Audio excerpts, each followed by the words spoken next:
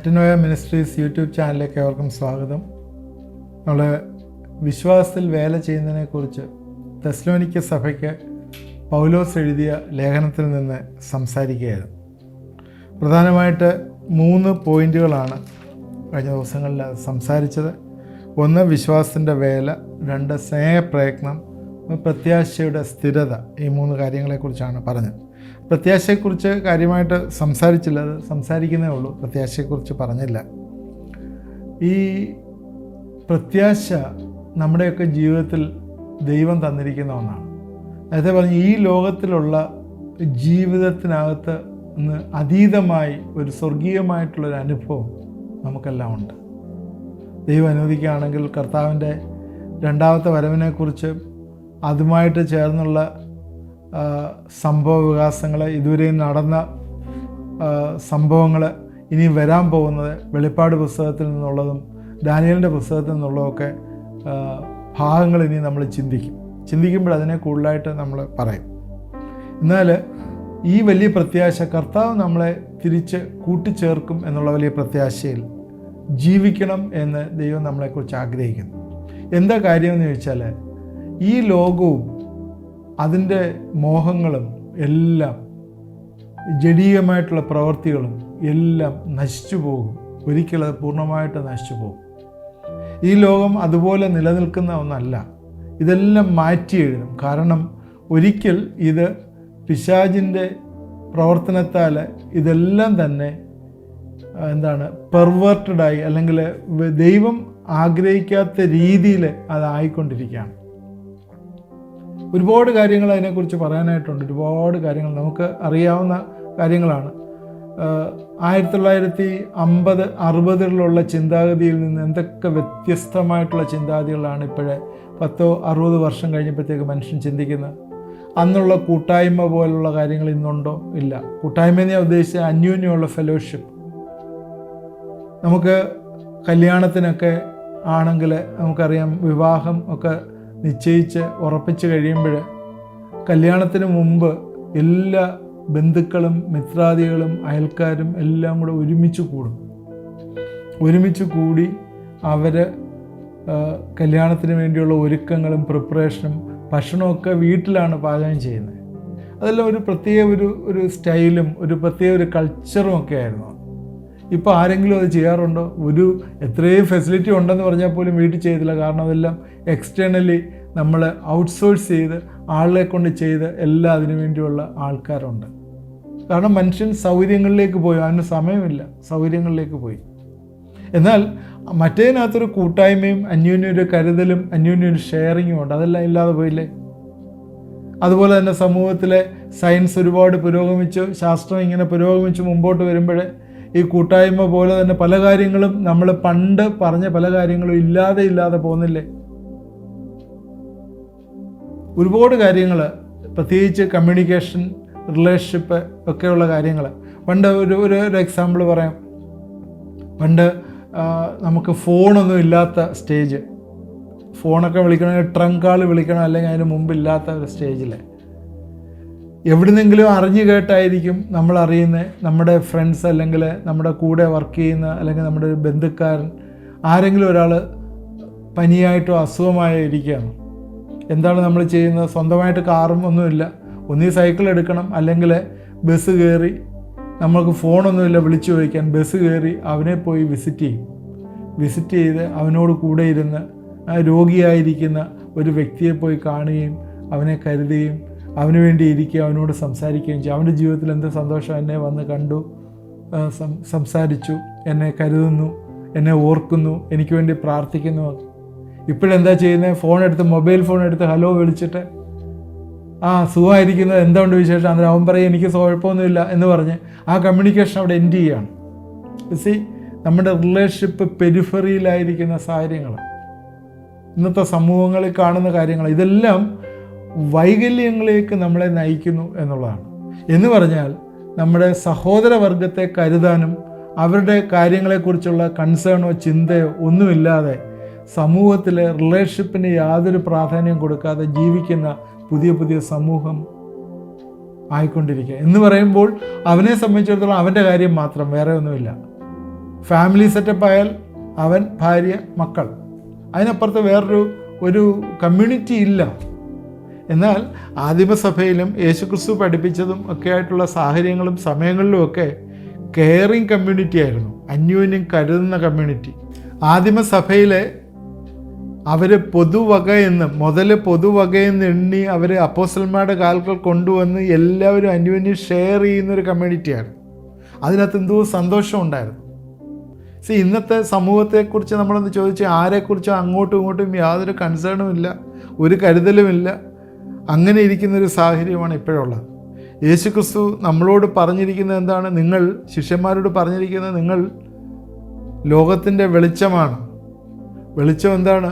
അന്ധകാരത്തെ മാറ്റുന്ന ഒന്നാണ്. അന്നേരം അന്ധകാരത്തെ മാറ്റാനുള്ള ഉത്തരവാദിത്വം ദൈവം നമ്മളെ ഏൽപ്പിച്ചിരിക്കുകയാണ്. വെളിച്ചമുള്ളവർക്കല്ലേ വെളിച്ചം കാട്ടിക്കൊടുക്കാൻ പറ്റൂ. കയ്യിൽ വെളിച്ചം ഉണ്ടെങ്കിലല്ലേ വെളിച്ചം കാണിക്കാൻ പറ്റുള്ളൂ. അതുകൊണ്ട് നിങ്ങളുടെ ഉള്ളിലും എൻ്റെ ഉള്ളിലും ദൈവം ആ വലിയ വെളിച്ചം തന്നിരിക്കുന്നെങ്കിൽ ആ വെളിച്ചത്തിൽ മറ്റുള്ളവർ നടക്കാൻ വേണ്ടിയാണ് ആ വെളിച്ചം നിങ്ങൾക്ക് തന്നിരിക്കുന്നത്. ആ വെളിച്ചം എടുത്ത് മൂടി വെക്കുകയല്ല നമ്മൾ ചെയ്യേണ്ടത്. ആ വെളിച്ചം മറ്റുള്ളവർക്ക് പ്രകാശം പരത്തുന്നതായിരിക്കണം. നമ്മുടെ ജീവിതം ആ രീതിയിലായിരിക്കണം, പ്രകാശം പരത്തുന്നതായിരിക്കണം. കർത്താവിൻ്റെ സ്നേഹത്തിലേക്ക് അവരെ നടത്തുന്നതായിരിക്കണം വെളിച്ചം. അന്ധകാരം ദൂരീകരിക്കുന്നതായിരിക്കണം. ദൈവത്തിൻ്റെ വചനത്തിൽ പറഞ്ഞ്, ദൈവത്തിൻ്റെ വചനം കാലിന് ദീപം, പാതയ്ക്ക് പ്രകാശം. അതായത് നമ്മളെ മുമ്പോട്ട് നയിക്കുന്നത് ആരാണ്? ഈ വെളിച്ചം ആരാണ്? ദൈവത്തിൻ്റെ വചനമാണ്.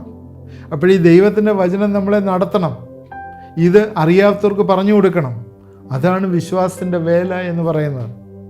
അതുപോലെ സ്നേഹപ്രയത്നം എന്ന് പറയുന്നത്, നേരത്തെ പറഞ്ഞ പോലെ റിലേഷൻഷിപ്പ് ഡെവലപ്പ് ചെയ്ത് മറ്റുള്ളവരെ ഹൊറിസോണ്ടലായിട്ടുള്ള സ്നേഹത്തിൻ്റെ ഗ്രോത്ത്, അനേകം ആളുകളിലേക്ക് സ്നേഹം ചെല്ലുക, ദൈവത്തിൻ്റെ സ്നേഹം ചെല്ലുക, അവരെ കർത്താവിലേക്ക് നടത്തുന്ന ശുശ്രൂഷ, അത് ചെയ്യുവാനായിട്ട് ദൈവം നമ്മളെക്കുറിച്ച് ആഗ്രഹിക്കുന്നു. പ്രത്യാശയുടെ സ്ഥിരത എന്ന് പറയുമ്പോൾ വീണ്ടും ഞാനത് എടുത്തു പറയുകയാണ്. റോമൻ ഗവൺമെൻറ്റിൻ്റെ രാത്രി മീറ്റിങ്ങുകളിലെ വെളിച്ചം എന്ന് പറയുന്നത് ക്രിസ്ത്യാനികളെ നിർത്തി കത്തിക്കുന്നതായിരുന്നു. ക്രിസ്ത്യാനികളെ എണ്ണയ്ക്കകത്ത് മുക്കി അന്നത്തെ റോമൻ ഗവൺമെൻറ്റിൻ്റെ നൈറ്റ് പാർട്ടികളിൽ അത് പന്തം പോലെ കത്തിക്കും. അവരെ എരിഞ്ഞ് തീരുമ്പോൾ അവർ സന്തോഷിക്കും. ഇന്നും ഒരുപാട് അതിക്രമം ക്രിസ്ത്യൻ സമൂഹത്തിന് നേരെ ഉണ്ട്. കാരണം വേറെ ഒന്നും ചെയ്യുന്നില്ല. തെറ്റ് എന്താണെന്നുള്ളതും ശരി എന്താണെന്നുള്ളതും അസത്യം എന്താണ് സത്യം എന്താണെന്നുള്ള തിരിച്ചറിവ് ഇന്ന് യേശുക്രിസ്തുവിൻ്റെ വചനപ്രകാരം ഒരു വ്യക്തിയിൽ ചെല്ലുമ്പോഴേ ആ വ്യക്തി നീ ചെയ്യുന്ന തെറ്റാണെന്ന് പറയുമ്പോൾ അവനോട് അല്ലെങ്കിൽ അവന് എതിരായിട്ട് പ്രവർത്തിക്കുന്ന ഒരു സമൂഹം. ഇന്ത്യയിലുണ്ടായിരുന്നു ഫ്യൂഡലിസ്റ്റിക് ചിന്താഗതിയിൽ കൂലി പിടിച്ചു വെക്കുക, പീഡിപ്പിക്കുക, നേരത്തെ ഉണ്ടായിരുന്ന കാര്യങ്ങളാണ്. ഇവിടെയൊക്കെ തന്നെ സുവിശേഷം ചെന്ന് കഴിഞ്ഞപ്പോഴത്തേക്ക് അവിടെ എല്ലാം രൂപാന്തരങ്ങളുണ്ടായി. അവരെല്ലാം സത്യം മനസ്സിലാക്കി. തമസോമ ജ്യോതിർഗമയ, അസതോമ സദ്ഗമയ, മൃത്യോമ അമൃതംഗമയ. അന്ധകാരത്തിൽ നിന്ന് എന്നെ വെളിച്ചത്തിലേക്ക് നയിക്കണമേ. നിങ്ങൾ ലോകത്തിൻ്റെ വെളിച്ചമാകുന്നു എന്ന് യേശു പറഞ്ഞിട്ടുണ്ടെങ്കിൽ അത് നിങ്ങളെയും എന്നെയും ദൈവം തിരഞ്ഞെടുത്തിട്ട് പറയുകയാണ്, നിങ്ങൾ ലോകത്തിൻ്റെ വെളിച്ചമാകുന്നു. നിങ്ങളാണ് ഈ തമസിനെ മാറ്റി വെളിച്ചമാക്കേണ്ട ഉത്തരവാദിത്വം നിങ്ങൾക്കാണുള്ളത്. അസത്യത്തെ മാറ്റി സത്യം കൊണ്ടുവരേണ്ട ഉത്തരവാദിത്വം നിങ്ങൾക്കാണുള്ളത്. കാരണം ദൈവത്തിൻ്റെ വചനം നിങ്ങളിൽ വസിക്കുന്നു. കർത്താവ് നിങ്ങൾ വസിക്കുമ്പോൾ അതിനോടൊപ്പം ദൈവത്തിൻ്റെ വചനവും പരിശുദ്ധാത്മാവും നിങ്ങൾ വസിക്കുന്നുണ്ടെങ്കിൽ അസത്യമായിട്ടുള്ളതിനെല്ലാം സത്യമാക്കി മാറ്റാനുള്ള ഉത്തരവാദിത്വം ദൈവം നിങ്ങൾക്കും എന്നേക്കും ഫലമേൽപ്പിച്ചിരിക്കുന്നു എന്നുള്ളതാണ്. ഞാൻ തന്നെ വഴിയും സത്യവും ജീവനുമാവുന്നു എന്ന് പറഞ്ഞ കർത്താവ് മൃത്യുവും അമൃതംഗമയം, മരണത്തിൽ നിന്ന് ജീവനിലേക്ക് നിത്യജീവനിലേക്ക് നയിക്കുന്ന ഒരേ ഒരു മാർഗമായ കർത്താവിൻ്റെ മാർഗം നിങ്ങൾക്കും എനിക്കും പഠിപ്പിച്ചു തന്നിരിക്കുന്നു. അതുകൊണ്ട് എന്താണ്, അതിനുവേണ്ടിയുള്ള സ്നേഹപ്രയത്നങ്ങൾ എൻ്റെ ജീവിതത്തിൽ നിന്നുണ്ടാവേണ്ട ആവശ്യമുണ്ട്. നേരത്തെ പറഞ്ഞതുപോലെ പ്രതികൂലങ്ങൾ, സത്യം പറയുമ്പോൾ പ്രതികൂലങ്ങൾ ധാരാളം വരും. എന്നാൽ ആ സമയത്തെ പ്രത്യാശയുടെ സ്ഥിരതയിൽ നിൽക്കണം. കാരണം ഈ ലോകം നമ്മുടേതല്ല. ഈ ലോകം നമുക്കുള്ളതല്ല. ദൈവം നമുക്ക് നിത്യമായൊരു ലോകം ഒരുക്കിയിട്ടുണ്ട്. സകല സൃഷ്ടിയും ഈറ്റുനോവോടെ അതിനു വേണ്ടി ഞരങ്ങിക്കൊണ്ടിരിക്കുകയാണ്. എന്തിനാണ്? നിങ്ങളുടെയും എൻ്റെയും രൂപാന്തരത്തിന് വേണ്ടി സകല സൃഷ്ടിയും ഈറ്റുനോവോട് ഞരങ്ങിക്കൊണ്ടിരിക്കുക. കാരണം എന്താ? നിങ്ങൾ രൂപാന്തരപ്പെട്ടിട്ട് വേണം സൃഷ്ടിക്കും രൂപാന്തരം വരുവാനായി. അതുകൊണ്ട് അവരതിനു വേണ്ടി കാത്തിരിക്കുകയാണ്. അതുകൊണ്ട് പ്രത്യാശയുടെ സ്ഥിരതയോടുകൂടി, ഏതൊക്കെ പ്രതികൂലങ്ങൾ വന്നാലും പ്രത്യാശയുടെ സ്ഥിരതയോടുകൂടി നമ്മൾ ജീവിക്കാനായിട്ട് ആഗ്രഹിക്കുന്നു എന്നുള്ളതാണ്. അതിനുവേണ്ടി ദൈവം നമ്മളെ ഒരുക്കിയിരിക്കുകയാണ്. 2 കൊരിന്ത്യർ 5:20 ഇങ്ങനെയാണ് പറയുന്നത്: ആകയാൽ ഞങ്ങൾ ക്രിസ്തുവിന് വേണ്ടി സ്ഥാനാപതികളായി ദൈവത്തോട് നിരന്നുകൊള്ളുവീൻ എന്ന് ക്രിസ്തുവിന് പകരം അപേക്ഷിക്കുന്നു. ക്രിസ്തുവിന് വേണ്ടി സ്ഥാനാപതികളായി, ക്രിസ്തുവിന് പകരം. നിങ്ങളും ഞാനും ക്രിസ്തുവിന് പകരക്കാരാണ്. ദൈവം നമ്മളെ പകരക്കാരാക്കി വെച്ചിരിക്കുകയാണ്. എന്തിനാണ്? വിശ്വാസത്തിൻ്റെ വേല കണ്ടിന്യൂ ചെയ്യുവാനായിട്ട് പകരക്കാരാക്കി വെച്ചിരിക്കുകയാണ്. യേശു പറഞ്ഞ ഒരു ഭാഗം കൂടി ഇതിനകത്ത് ഈ തരുണത്തിൽ ശ്രദ്ധേയമാണ്: നിങ്ങൾ ലോകത്തിൻ്റെ വെളിച്ചം പോലെ തന്നെ ലോകത്തിൻ്റെ ഉപ്പാകുന്നു എന്ന് പറഞ്ഞു. ഉപ്പ് എന്താണ്? രുചി വരുത്തുന്നതാണ്. ഉപ്പ് എന്താണ് ചെയ്യുന്നത്? പ്രിസർവ് ചെയ്യുന്നതാണ്. സൊസൈറ്റിയെ സൂക്ഷിക്കുന്ന ഉപ്പാണ്. അച്ചാറൊക്കെ ഇട്ട ഉപ്പിനകത്തെല്ലാം ഇട്ട് വെക്കുന്നത് കേടുകൂടാതിരിക്കാൻ. പ്രിസർവ് ചെയ്യുന്ന ഉപ്പാണ്. അതുപോലെ രുചി വരുത്തുന്ന ഉപ്പാണ്. ഉപ്പ് രുചി വരുത്തുമ്പോഴേ ഉപ്പിനൊരു പ്രത്യേകതയുണ്ട്. നിങ്ങൾക്ക് അറിയാമായിരിക്കും. ഉപ്പിനെ പിന്നെ കാണത്തില്ല. അതലിഞ്ഞ് ആ സിസ്റ്റത്തിൽ തന്നെ ചേരുകയാണ്. ഐഡൻറ്റിറ്റി ലൂസ് ചെയ്ത് പോകുന്ന ഒരു കാര്യം. എന്നാൽ ഉപ്പ് കാരമില്ലാതെ പോയാൽ പിന്നെ അതിനകത്ത് എന്താ പ്രയോജനം? ഷോക്കേസ് വെക്കാൻ പറ്റുമോ? ഇല്ല. എടുത്ത് കളഞ്ഞ് ചവിട്ടിക്കളയും. നിങ്ങൾ ഉപ്പാകുന്നു, നിങ്ങൾ വെളിച്ചമാകുന്നു എന്ന് പറഞ്ഞ് നിങ്ങളെ ഈ ലോകത്താക്കിയിരിക്കുന്നത് കർത്താവിൻ്റെ വേല ചെയ്യുവാനായിട്ടാണ്, വിശ്വാസത്തിൻ്റെ വേല ചെയ്യുവാനായിട്ടാണ്. ദൈവം എന്നെയും നിങ്ങളെയും വിളിച്ചിരിക്കുന്ന ആ വലിയൊരു ഉത്തരവാദിത്തത്തിലേക്കാണ്. അത് നമ്മളൊരിക്കലും മറന്നുപോരും. നമുക്ക് പ്രതികൂലങ്ങളുണ്ടാവും, പ്രയാസങ്ങളുണ്ടാവും. എന്നാൽ അതിൻ്റെ മധ്യത്തിലും, ഇവിടെ തെസ്സലോനി സഭ അതിൻ്റെ മധ്യത്തിലും അവരുടെ വിശ്വാസം മക്കെദോന്യയിലും അഖായയിലും എല്ലായിടവും പ്രസിദ്ധമായി തീർന്നു എന്ന് കാണുന്നു. അതുകൊണ്ട് അവർ ഞങ്ങൾക്കും കർത്താവിനും അനുകാരികളായി. എന്നുവെച്ചാൽ അവരുടെ വിശ്വാസം ആ രീതിയിലായിരുന്നു. കർത്താവിനെ അനുകരിക്കുന്നവർ, പൗലോസിനെ അനുകരിക്കുന്നവർ, ശീലാസിനെ അനുകരിക്കുന്നവർ, തിമോത്തിയോസിനെ അനുകരിക്കുന്നവർ അങ്ങനെ ആയിത്തീർന്നു എന്നുള്ളതാണ്. അതുകൊണ്ട് സാഹചര്യങ്ങൾ കണ്ടല്ല കർത്താവിനെ അനുഗമിക്കുകയും കർത്താവിൻ്റെ വേല ചെയ്യുകയും ചെയ്യുന്നു. സാഹചര്യങ്ങൾ തിരിയാം, മാറാം, സിറ്റുവേഷൻസ് മാറാം, ഏതെങ്കിലും എന്തൊക്കെ വരാം. കാരണം അതൊന്നും നമ്മുടെ കൺട്രോളിലുള്ള സാഹചര്യങ്ങളൊന്നും നമ്മുടെ കൺട്രോളിലുള്ളതല്ല. അതൊക്കെ മാറുകയും തിരിയുകയും ചെയ്യാം. എന്നാൽ കർത്താവിൻ്റെ വേലയിൽ നമ്മൾ ഈ ദിവസങ്ങളിൽ വർദ്ധിച്ചു വരണം. പ്രത്യേകിച്ച് സുവിശേഷ പ്രവർത്തനങ്ങൾ ഇന്ന് മന്ദീഭവിച്ചിരിക്കുന്ന സാഹചര്യങ്ങളാണ് നമ്മുടെ മുമ്പിലുള്ളത്. നമുക്കറിയാം, അത് പലപ്പോഴും തടസ്സപ്പെട്ടുകൊണ്ടിരിക്കുകയാണ്. 1970 ആണ്ടുകളിലൊക്കെ ഞാൻ ഓർക്കുന്നു, അനേകം ആളുകൾ ഉപദേശിമാരെന്ന് പറഞ്ഞൊരു ഗ്രൂപ്പ് ഉണ്ടായിരുന്നു. ഇപ്പോൾ അവരൊന്നും കാണാനേ ഇല്ല, അങ്ങനൊരു കാര്യം കേൾക്കാൻ പോലും ഇല്ല. ഉപദേശിമാരെന്ന് പറഞ്ഞൊരു ഗ്രൂപ്പ് ഉണ്ടായിരുന്നു. അവരുടെ തോളിലൊരു സഞ്ചി കാണും. ആ സഞ്ചിയുമായിട്ട് അവർ രാവിലെ ഇറങ്ങും. അതിനകത്ത് കുറച്ച് ലഘുലേഖകൾ കാണും.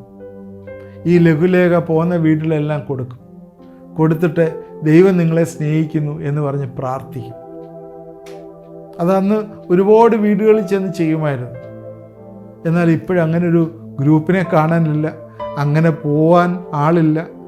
രണ്ടാമത് അവരൊക്കെ അന്ന് ചെയ്തവരൊക്കെ മരിച്ചു പോയിട്ടുണ്ടാവും. അവരുടെ അടുത്ത തലമുറകളൊക്കെ ജോലി തേടി വിദേശങ്ങളിലും പല കേന്ദ്രങ്ങളിലുമൊക്കെയാണ്. എന്നാൽ ഈ ഒരു സുവിശേഷ പ്രവർത്തനം കണ്ടിന്യൂ ചെയ്യാനായിട്ട് ആരുമില്ല. പിന്നെ സോക്കാൾഡായിട്ട് പറയുന്ന സഭകൾ, ഡിനോമിനേഷനകത്തൊക്കെ പാസ്റ്റേഴ്സ്, എൽഡേഴ്സ്, ലീഡേഴ്സ്, അച്ഛന്മാർ, ബിഷപ്പുമാർ, ഓവർസിയർ, ഇങ്ങനെയൊക്കെ കുറേ പേരുണ്ട്. എന്നാൽ സഭാജനങ്ങൾ വിശ്വസിച്ചിരിക്കുന്നത് ഈ ജോലി ചെയ്യുന്നതൊക്കെ ഞങ്ങളുടെ ഉത്തരവാദിത്വമല്ല. എവിടെ ഉത്തരവാദിത്വം?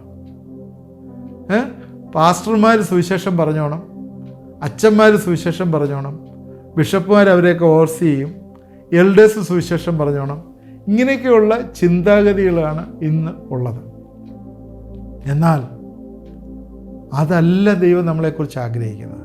നമ്മൾ തുടർന്ന് അതിനെക്കുറിച്ച് കൂടുതലായിട്ട് ചിന്തിക്കും. ഈ ഇവാഞ്ചലിസത്തിൻ്റെ പ്രതിബന്ധങ്ങളെ, അതിൻ്റെ തടസ്സങ്ങളെ, അതിൻ്റെ സ്റ്റെപ്പുകളെ, ഡിസൈപ്പിൾഷിപ്പിൻ്റെ ഓരോ സ്റ്റെപ്പുകൾ, ഇതെല്ലാം നമ്മൾ ചിന്തിക്കും. അപ്പോൾ നമ്മളൊരു കാര്യം ഓർക്കണം, ഈ വേല, കർത്താവ് തുടങ്ങി വെച്ച വേല, അതിൻ്റെ അംബാസിഡേഴ്സായിട്ട്, സ്ഥാനാപതികളായിട്ട് നമ്മളെ ദൈവം തിരഞ്ഞെടുത്ത് നിർത്തിയിരിക്കുകയാണ്. അതുകൊണ്ട് നമ്മളത് കണ്ടിന്യൂ ചെയ്യുവാനായിട്ട് ദൈവം വിളിച്ചാക്കിയിരിക്കുന്നു.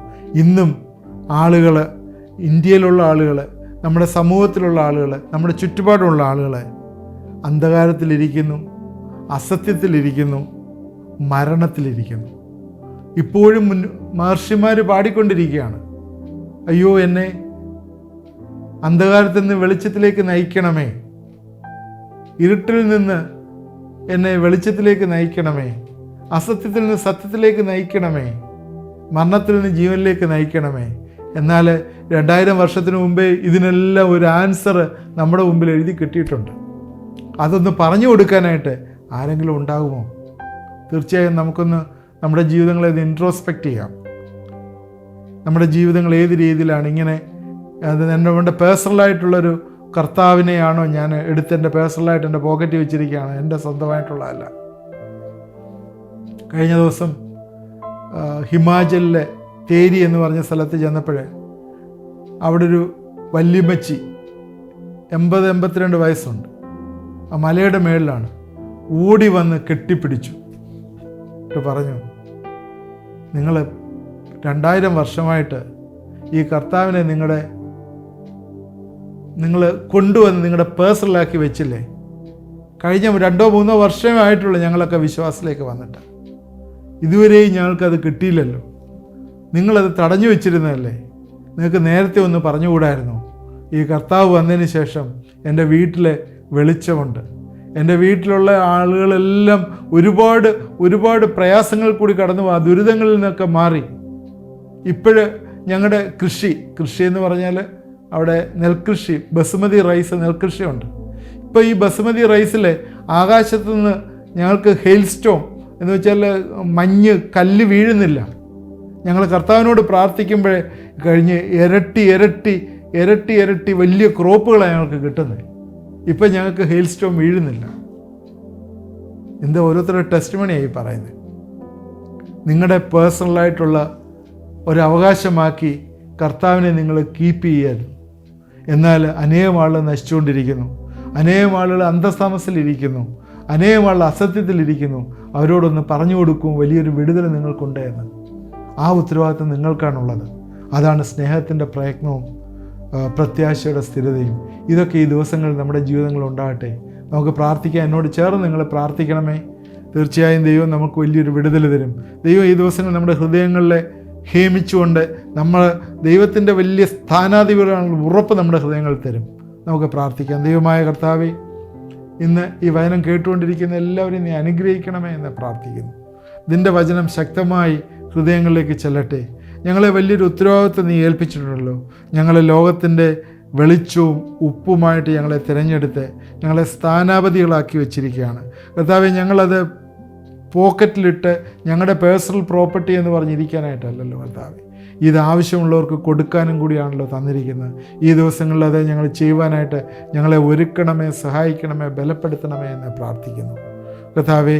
ഈ നിൻ്റെ വചനം ഞങ്ങളെ ബലപ്പെടുത്തുകയും ഞങ്ങളെ നിൻ്റെ വഴിയിൽ കൂടി നടത്തുകയും ചെയ്യണമേ. തീർച്ചയായും അത് ഞങ്ങളുടെ ജീവിതത്തിൽ വലിയ അനുഗ്രഹമാണ് എന്നറിയുന്നു. ഞങ്ങളുടെ ജീവിതങ്ങളിലുള്ള എല്ലാ അന്ധകാരത്തിൻ്റെ ശക്തികളും മാറിപ്പോട്ടെ, എല്ലാ അസത്യത്തിൻ്റെ ശക്തികളും മാറിപ്പോട്ടെ, എല്ലാ അതിക്രമത്തിൻ്റെ ശക്തികളും മാറിപ്പോട്ടെ. മരണഭയവും ഭീതിയും ജീവിതത്തിലെ ആങ്സൈറ്റിയും പ്രയാസങ്ങളും മാറിപ്പോട്ടെ എന്ന് പ്രാർത്ഥിക്കുന്നു കർത്താവേ. നിൻ്റെ കരങ്ങളിലേക്ക് സമർപ്പിക്കുന്ന എന്നോട് ചേർന്ന് പ്രാർത്ഥിച്ചവരും എല്ലാവരെയും ഈ രാത്രിയിൽ നീ അനുഗ്രഹിക്കണം കർത്താവേ. തുടർന്ന് നിൻ്റെ കൃപയിൽ അവരെ സൂക്ഷിക്കണം. പ്രാർത്ഥന കേട്ട ഓർത്ത് സ്തോത്രം. യേശുവിൻ്റെ നാമത്തിൽ പ്രാർത്ഥിക്കുന്നു, കേൾക്കുമാറാകണമേ. ആമേൻ. ദൈവം നമ്മളെല്ലാവരെയും അനുഗ്രഹിക്കട്ടെ. തുടർന്നും ഇത് വാച്ച് ചെയ്യണം, ഇത് നിങ്ങൾക്ക് മറ്റുള്ളവർക്ക് ഷെയർ ചെയ്യണം. പ്രയർ റിക്വസ്റ്റുകൾ പറയുന്ന നമ്പറിൽ നിങ്ങൾ അയച്ചു തരികയോ നിങ്ങളെ വിളിക്കുകയോ ചെയ്യുക. ദൈവം നമ്മളെ എല്ലാവരെയും അനുഗ്രഹിക്കും.